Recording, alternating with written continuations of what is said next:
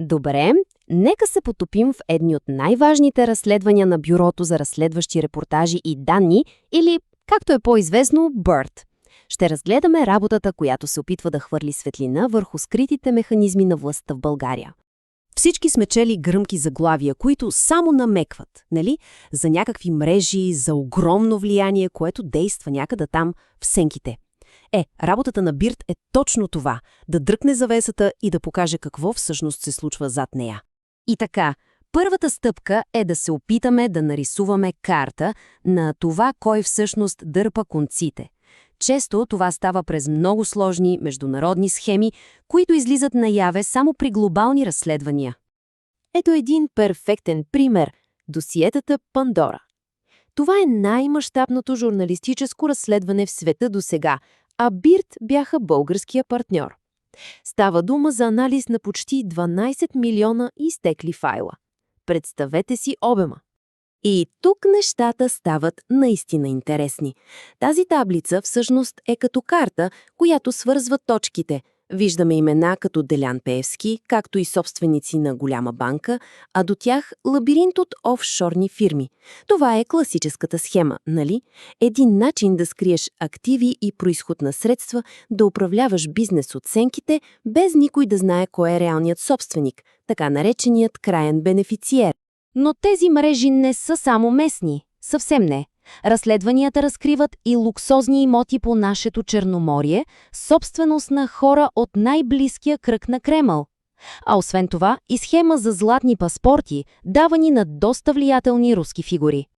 Разбира се, за да се разкрият такива тайни, не може да се работи насляпо. Нужен е много щателен подход, който се основава изцяло на доказателства. Нека видим какъв е методът. Методологията тук не се базира на догадки, а на желязна логика. Процесът е ясен. Първо, анализ на огромни масиви от данни, като тези от Пандора. Второ, извличане на информация от публични регистри, където често се крият важни детайли. И трето, най-трудоемкото – свързването на всички тези точки, за да се види цялата картина. Един от ключовите източници, който получи името Еврото-Лийкс, даде абсолютно безпрецедентен поглед отвътре. Това са изтекли документи, които показват как криминално-съдебната мрежа около Петю Еврото е действала, как официални документи са били манипулирани, за да обслужват определени интереси. И тук стигаме до може би най-важният извод от всички тези разследвания, а то е, че те отново и отново показват едно много опасно сливане. Сливането на организираната престъпност с най-високите нива на държавната власт. Ето, тук са сравнени две централни фигури в тази сенчеста система – нотариуса и Еврото. BIRD разкрива техните мрежи и показват как се предполага, че са оперирали, като паралелни системи на правосъдие с влияние върху полицаи, прокурори и съдии. И, може би, едно от най-скандалните разкрития от Евротоликс е точно това. Доказателство, че Петю Еврото лично е редактирал чернова на прокурорско постановление. И то не какво да е постановление, а такова, което би уневинило Делян Пеевски.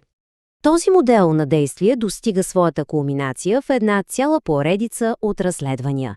Те са насочени към изпълняващия длъжността главен прокурор Борислав Сарафов и разкриват негови връзки, имоти и потенциални конфликти на интереси.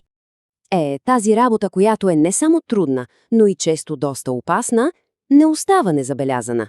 И така през 2025 година идва и едно много важно признание за целия този труд. Точно за тази неотстъпчива работа, за разплитането на скритите мрежи около изпълняващия длъжността главен прокурор, BIRD, заедно с партньорите им от БОЕЦ, получават престижната антикорупционна награда «Червена линия». Наистина сериозно отличие. Тази награда е важен етап, разбира се, но борбата за прозрачност, тя далеч не е приключила. И тук е важно да се каже нещо. Този тип журналистика, която търси отговорност от властта, не се финансира от олигарци или големи корпорации. Тя разчита изцяло на подкрепата на обществото.